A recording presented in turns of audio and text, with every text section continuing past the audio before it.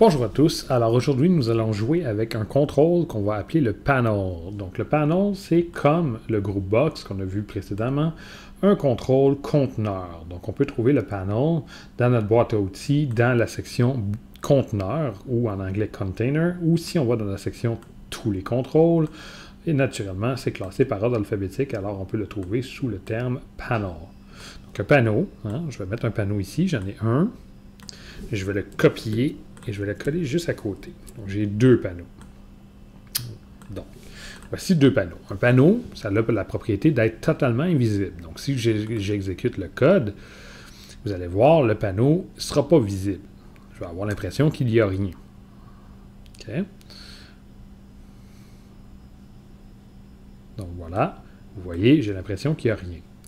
Donc, l'avantage d'un panneau, c'est que si, par exemple, je prends une textbox. Donc, je vais aller prendre une textbox.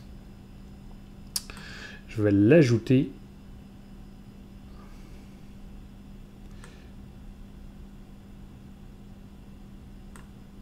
Voilà, je ne trouvais pas la textbox. Voilà, je vais l'ajouter ici. OK. Et je vais prendre, par exemple, je ne sais pas moi, une image. Donc, une picture box. Et je vais l'ajouter ici. Voilà. Donc, pour ce qui est de l'image, je vais aller choisir n'importe quelle image. Je vais le mettre en stretch pour voir l'image au complet. Et je vais aller chercher, par exemple, je ne sais pas moi, ce circuit électrique-là.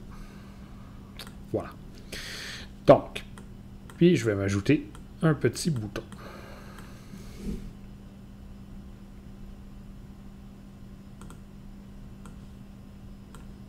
Voilà. Donc, j'ai trois contrôles. Je vais les copier. Et je vais les coller dans le deuxième panneau.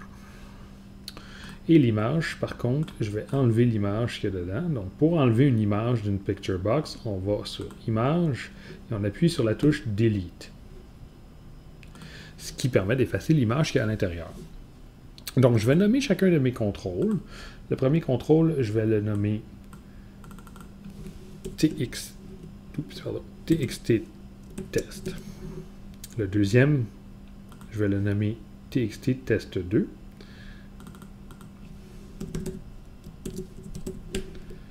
Voilà.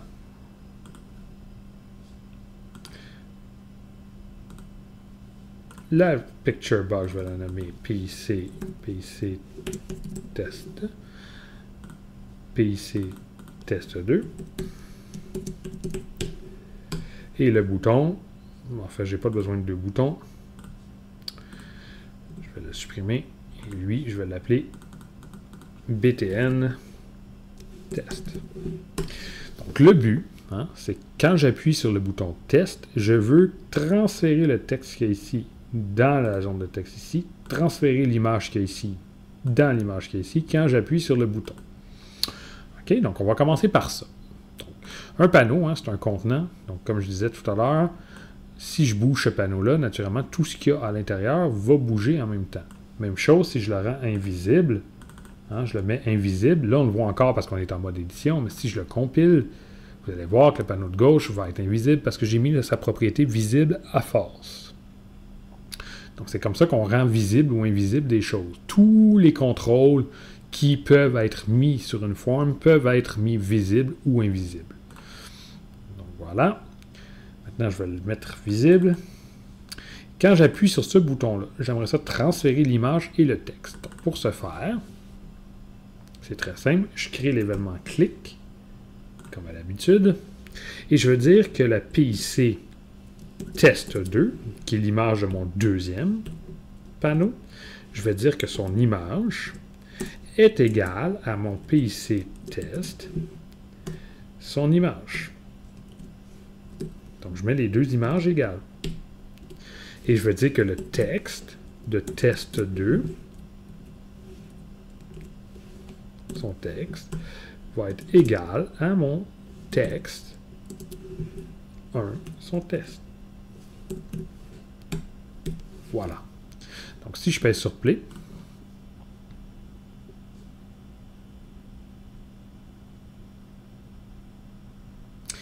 que je tape du texte ici et que j'appuie sur le bouton, on voit que le texte et l'image sont transférés de l'autre côté. Donc, à quoi ça pourrait bien servir? Donc, ça pourrait servir, par exemple, à avoir plusieurs interfaces sur la même forme. Supposons qu'on agrandit ça ici. Je l'agrandis. Je mets différents contrôles dessus. Et j'aimerais ça avoir, OK, ensuite, ça ici qui apparaît quand j'appuie sur le bouton, puis que toute la première interface disparaisse. Un peu comme dans le tic-tac-toe qu'on va faire. On va avoir un panneau qui va servir pour la configuration et un panneau qui va servir pour la grille de jeu. Donc, supposons que ça ici, c'est mon panneau de configuration et ça ici, c'est mon panneau de grille.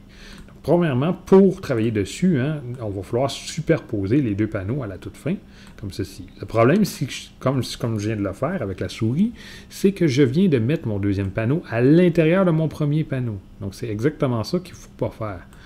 OK, donc je vais prendre mon deuxième panneau, je vais le ressortir à l'extérieur. Et pour éviter que ça se fasse, donc quand on superpose, si on le fait avec la souris, un va rentrer dans l'autre. On ne veut pas faire ça. Alors, pour éviter de faire ça, on va aller voir la propriété du premier panneau. Par exemple, sa propriété Location. On voit que le premier panneau est à 12 et 12. Donc, le premier 12 signifie les X, le deuxième 12 signifie les Y. Donc, ce que je vais faire, c'est que je vais bouger le deuxième panneau exactement à cet endroit-là, mais avec les propriétés. Donc, je vais mettre 12 et 12. Donc, les deux panneaux sont un par-dessus l'autre, et le deuxième panneau, je vais le mettre invisible, à face. Donc, dès le début, il est invisible. Mes deux panneaux sont superposés, et dans mon bouton, si je retourne dans mon code de mon bouton, ce que je vais faire, c'est que je vais changer, quand je vais appuyer sur mon bouton, je vais changer mon premier panneau, que j'ai oublié de nommer, excusez-moi. Donc, on va retourner et on va nommer mes deux panneaux. Donc, mon premier panneau, donc panneau 1, ça va être par exemple mon panneau PNL pour la configuration de notre jeu, par exemple. Et notre deuxième panneau, panneau 2, sera le panneau qui va contenir ma grille, par exemple. OK? Donc, si je retourne dans mon code, cette fois-ci, maintenant que j'ai bien nommé, ça, je vais pouvoir le faire. Donc, je vais dire que quand j'appuie sur mon bouton, mon panneau configuration, sa propriété visible, deviendra donc invisible, donc à force. Et mon panneau grille, qui est mon deuxième panneau, va devenir sa propriété visible égale à true. Donc maintenant, si j'essaie le tout,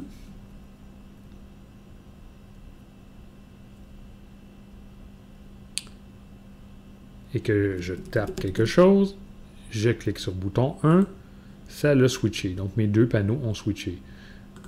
Donc, pour le rendre plus visible et voir vraiment ce qui se passe, je vais prendre mon panneau 2, je vais changer sa couleur de fond, donc son background color, je vais le changer pour une couleur qu'on va vraiment voir rouge, par exemple. Donc là, on va vraiment le voir que c'est bien le deuxième panneau qu'on voit.